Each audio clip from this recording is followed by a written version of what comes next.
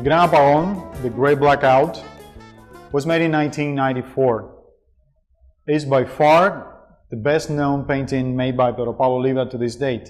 It is part of a whole series of paintings made in the first half of the 1990s called Shelters.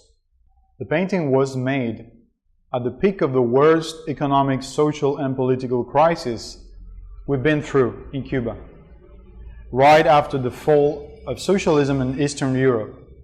And in every single aspect, the painting tries to mimic what we felt, what we saw, and what we expected of the future back in those days. After the collapse of socialism in Eastern Europe, Cuban leaders started speaking constantly in every single public speech about the imminent invasion by the United States to Cuba.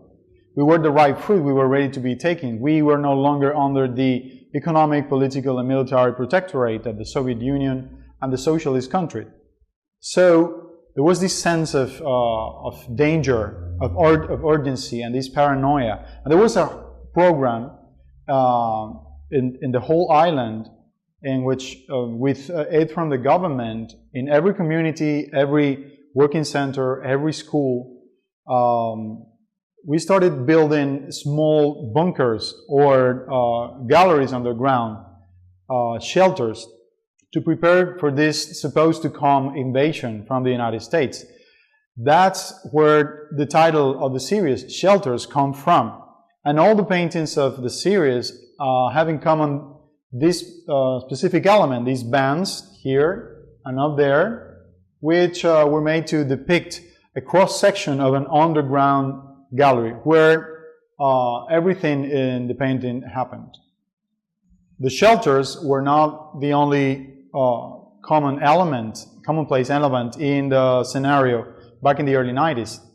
There were also the blackouts, very long power cuts, 12 hours long, 8 hours long power cuts that we suffered because of shortage of fuel. You couldn't even see your own hands in the middle of the night. So the Great Blackout refers to those times of darkness. But of course, not only physical darkness, it is also a metaphorical darkness.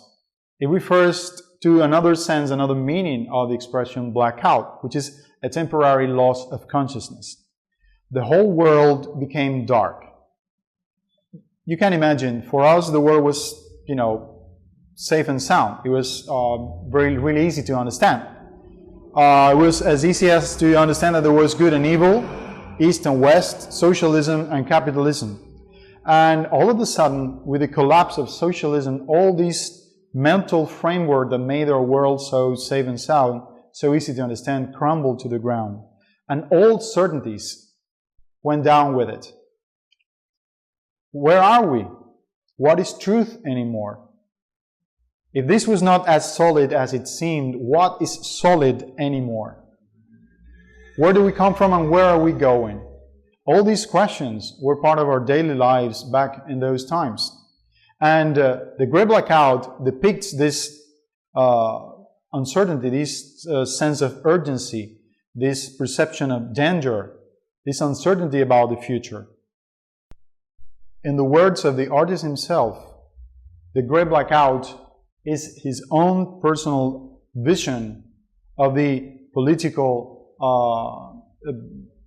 environment, of the psychological atmosphere, of the state of mind of Cuba back in those years. So you can see this painting as a kind of a metaphor. This is Cuba, underground, isolated in its own self, fearing the outside and in the middle of a blackout, where you cannot see clearly what lies in front of you. Which is probably why there are so many eyes in the painting and so many characters trying to carry a candle, trying to see through darkness. So hard that their eyes pop out. Elements in the painting that turned it into a very controversial topic of discussion back in 1995 when it was exhibited for the first time at the National Museum of Fine Arts in Havana. Some of those elements are very easy to understand. For instance, we have In this area here, we have this element which was a point of discussion. This is a podium with a Cuban flag. The only place in the painting where there is this vertical light falling on it. And the podium is empty. Here on the left we see Fidel Castro, the Cuban leader.